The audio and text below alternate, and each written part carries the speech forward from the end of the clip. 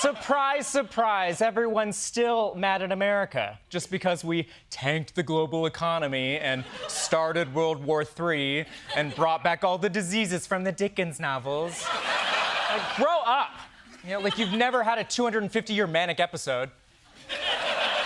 But we're not the only country having a mentee bee right now, okay? Other countries can also be a little delulu. For instance, the Danish. They're more than just a pastry. I mean, you know, not much more, because those little freaks love to bake.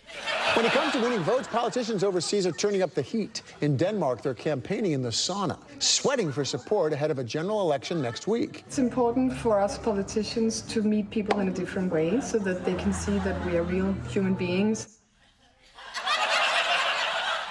This is how you're proving you're real human beings? By cornering me while I'm naked in a wooden box? Okay, let's talk about your tax policy sometime when my asshole isn't sweating. Which, for the record, is almost never. You people are lucky you're Scandinavian. This only works in a country where everyone is hot. Can you imagine Chuck Schumer emerging from the mist? You know, glasses halfway down his balls, trying to convince you to give him $5? Unsubscribe, Chuck. Stop. The sauna is a sacred place where you go to decompress and try to ignore the straight married guys jerking each other off next to you. So, yeah, maybe our politicians are constantly asking us for money, but at least it's not while we're counting their liver spots.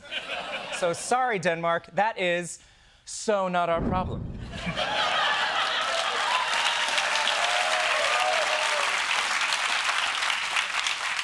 But when you think about European perverts, it's not usually the Danish. You know, it is usually, say it with me, the French.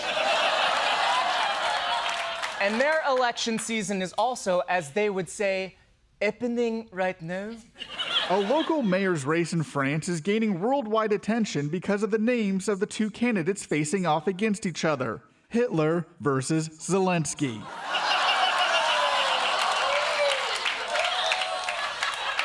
Okay, nobody laugh, okay? This town desperately needed to find a new leader after the untimely death of Mayor Kanye von Epstein. Mr. Hitler, you've been dealt a rough hand here, and I think you've got to do what all the world's biggest divas do. You just got to go by one name, you know, like Cher or Goofy. You can just be Charles, because there's no way France is going to elect a guy named Hitler. Hitler has been re-elected as mayor. Wow, I never thought I'd say this, but congratulations, Hitler. So, yeah, maybe America elected a senator whose first name is Mark Twain, but a mayor named Hitler? Sorry, France, that is so not a problem.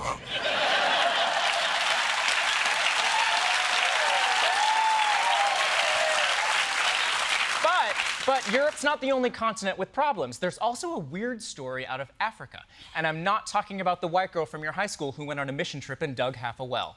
Kenyan authorities arrested and charged a Chinese national with attempting to smuggle 2,200 live ants in his luggage. The smuggling is part of a larger global market of so-called ant aficionados, who are willing to pay large sums of money for ant colonies in order to watch their complex social behavior up close. Ugh. Ant aficionado? Just give me a second, gonna swipe left on that profile. Who knew the insect community had douchebags? I mean, these guys are trafficking ants because they want to watch social behaviors up close. I'll tell you what they're not seeing up close, titties.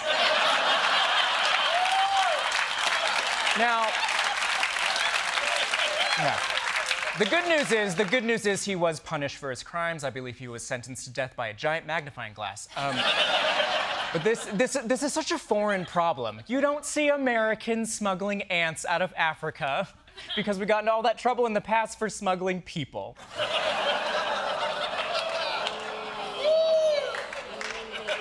So, yeah, our health secretary might have a worm in his brain, but at least he didn't have to sneak it through customs. Sorry, Africa, but bug smugglers are so not our problem.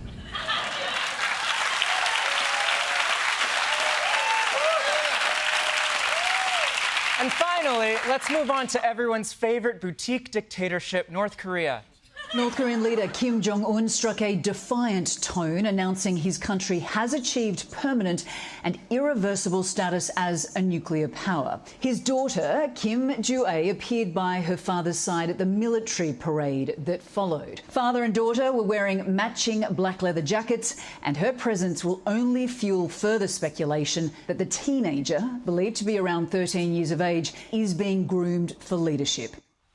Wow, okay, girl dad. God, can you imagine how stressful it is to teach your teenager how to drive a tank? He's just standing there like, clutch, clutch, now fire! That's my girl. But I can't believe North Korea is gonna have a female president before us, even if she is a Nepo baby. Get your shit together, Maud Apatow. But you know who else really loves Kim Joo-ae? North Koreans. You can practically hear them shouting, hooray, hooray, can we eat those flags? I don't know if 13-year-olds should be dictators. They should be on TikTok calling me Unk because I wear skinny jeans, or as I like to call them, jeans. Good luck with Daddy's little despot. Fortunately, having a nuclear North Korea that will soon be in the hands of a teenage girl is... Actually, that is definitely our problem.